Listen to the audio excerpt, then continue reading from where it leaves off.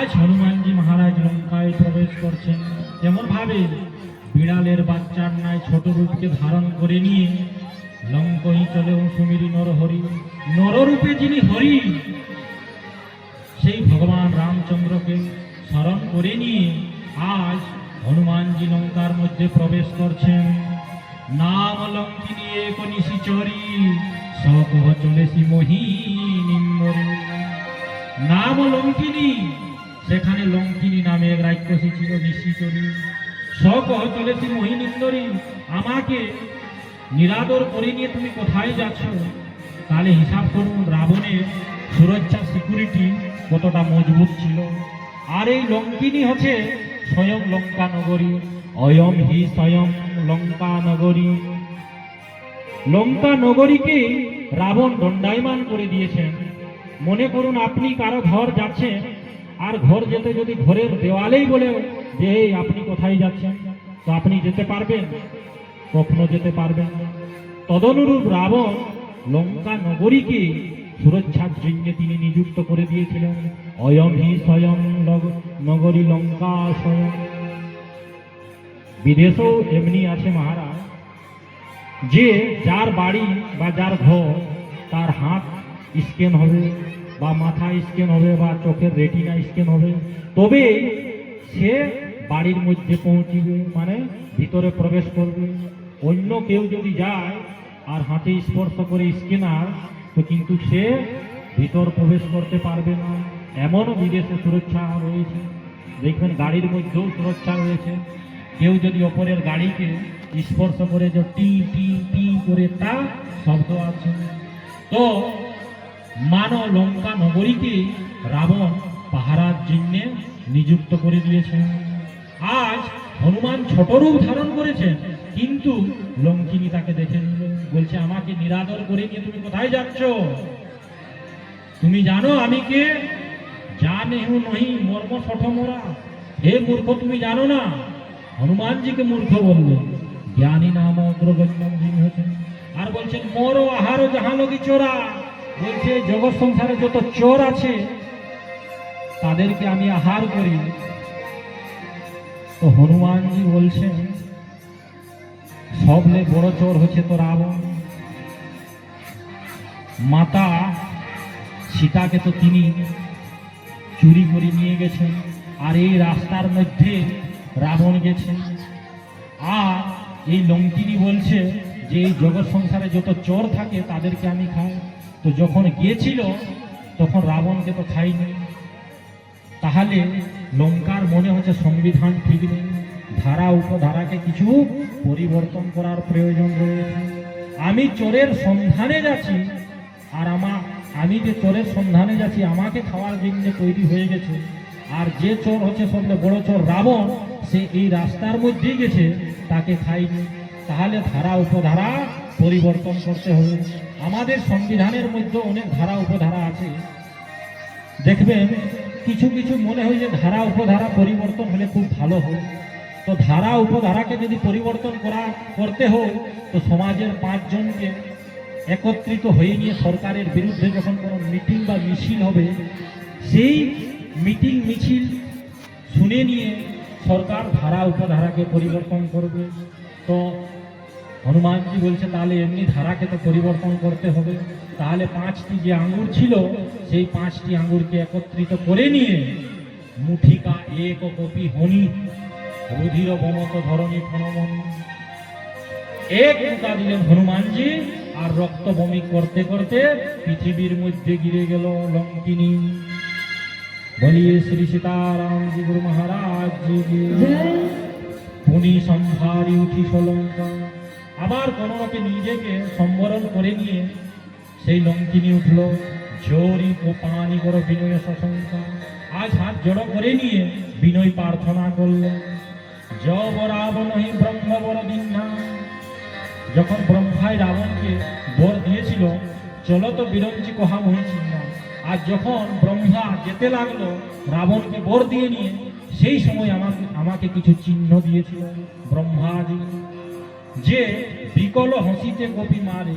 যখন রামজি দূত এসে নিয়ে তোমাকে বিকল করে দিবে, ব্যাকুল করে দিবে, তখন তুমি জানবে যে লঙ্কা নগরী সমস্ত রাক্ষস সমেত লঙ্কা নগরী এই নষ্ট হবে। আর বলছেন তা তো মোর অতি পুণ্য বহুতা দেখো নয়ন রাম করবতা। আজ লঙ্কিনী বলছে আমার পুণ্য খুব উদিত হয়েছে বলেই ভগবানের ভক্ত হনুমানকে দর্শন করলাম। আর কি বলছেন, बोलो राजा रामचंद्र भगवान की। तात सर गया पवर ग सुख भरत गाय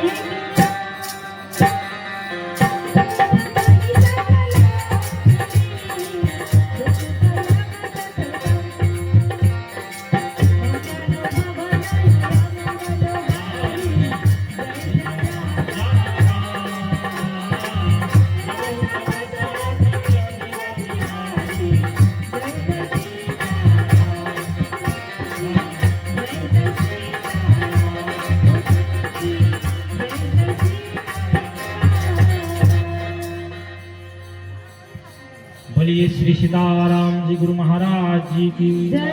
तात स्वर्ग अपवर्ग सुख धरिय तुलाए कम तुलहीनता ही सकल मिली जलग सुख सतसंग।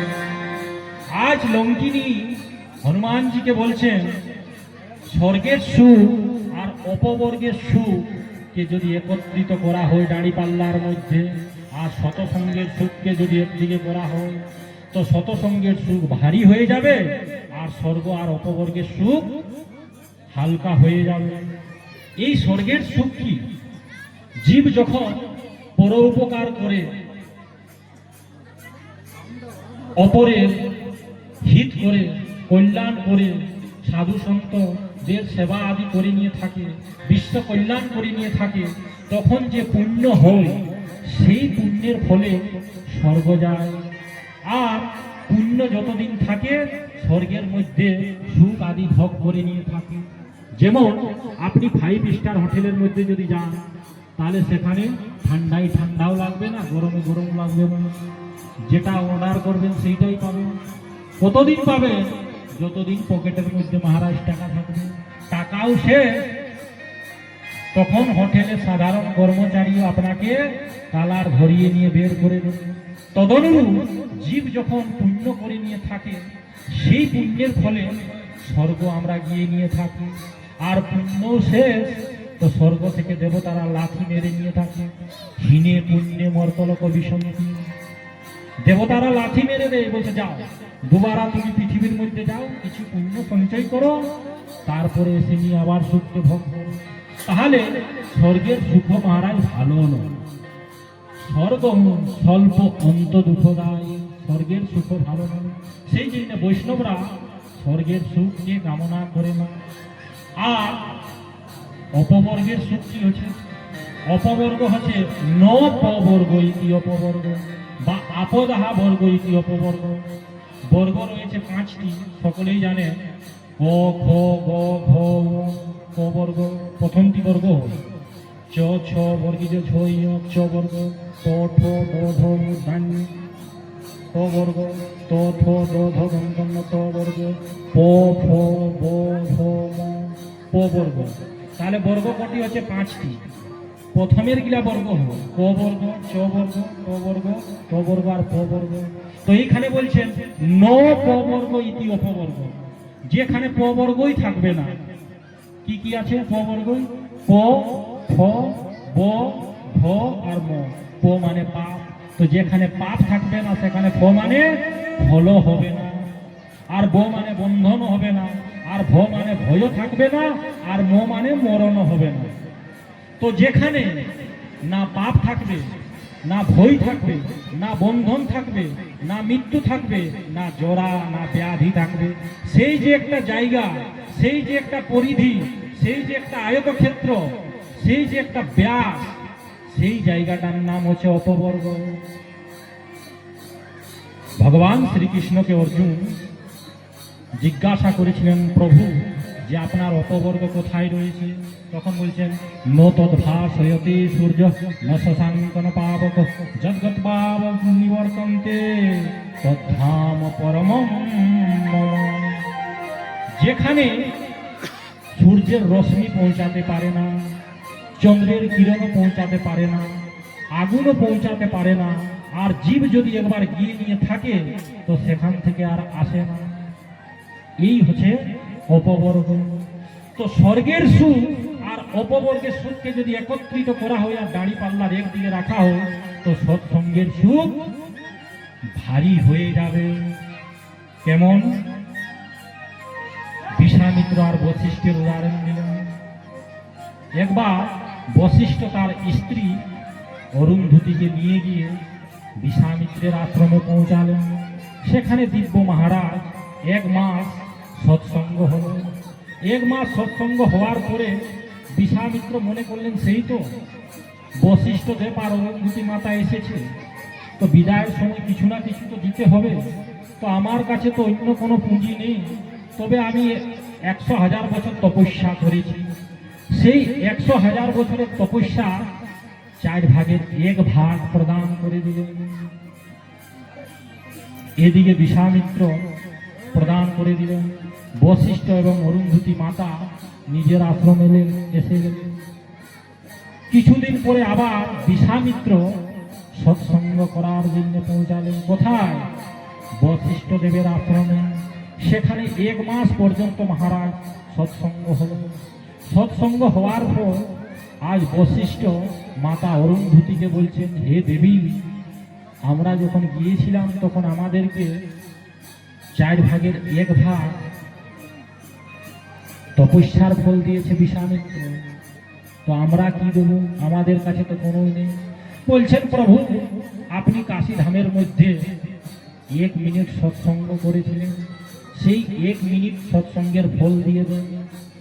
আজ 1 মিনিট সৎসঙ্গের ফল দিয়ে দিলেন। এই যখন 1 মিনিট সৎসঙ্গের ফল দিয়ে দিলেন বিশ্বামিত্রকে, বশিষ্ঠদেব, বিশ্বামিত্র প্রধান্বিত হয়ে গেল। বলছে, হ্যাঁ, আমি কত শীত গ্রীষ্ম বর্ষায় বনের মধ্যে কষ্ট সহ্য ইত্যাদি করে নিয়ে তপস্যার ফল দিলাম, আর ইনি মাত্র 1 মিনিট তপস্যার ফল দিলেন। এ তো সঠিক তিনি দিলেন না।